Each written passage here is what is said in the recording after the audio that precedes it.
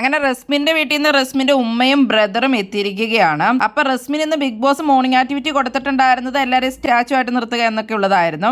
അപ്പൊ റസ്മിൻ പറയുമ്പോൾ എല്ലാവരും സ്റ്റാച്ചു ആയിട്ട് നിൽക്കണമായിരുന്നു. ആക്ടിവിറ്റി കഴിഞ്ഞ് കഴിയുമ്പോഴത്തേക്കും ബിഗ് ബോസ് പറയും റസ്മിൻ സ്റ്റാച്ചു എന്ന്. അപ്പോഴാണ് സോങ് ഇടണത്. അത് കഴിഞ്ഞിട്ട് റസ്മിന്റെ ഫാമിലി വരുവാണ്. അപ്പൊ സിജോയും അഭിഷേകും എല്ലാവരും ഇങ്ങനെ പൊക്കിയെടുത്തോണ്ട് റസ്മിനെ പുറത്തേക്ക് കൊണ്ടുപോവാണ്. സ്റ്റാച്ചു തന്നെയാണ് റസ്മിൻ. അത് കഴിഞ്ഞിട്ട് പിന്നെ ഉമ്മേനെ വന്ന് കെട്ടിപ്പിടിക്കുന്നുണ്ട് റസ്മിൻ. അങ്ങനെ ഉമ്മയും ബ്രദറുമാണ് എത്തിയിരിക്കുന്നത്. റസ്മിൻ ഒരു ഫോട്ടോ ഫ്രെയിം ഒക്കെ കൊണ്ടുവന്നിട്ടുണ്ട് അവര്. അപ്പോൾ എൻ്റെ ചേച്ചിയുടെ പിള്ളേരാന്നൊക്കെ പറഞ്ഞ് അവിടെ റസ്മിൻ അത് കാണിച്ചൊക്കെ കൊടുക്കുന്നുണ്ട്.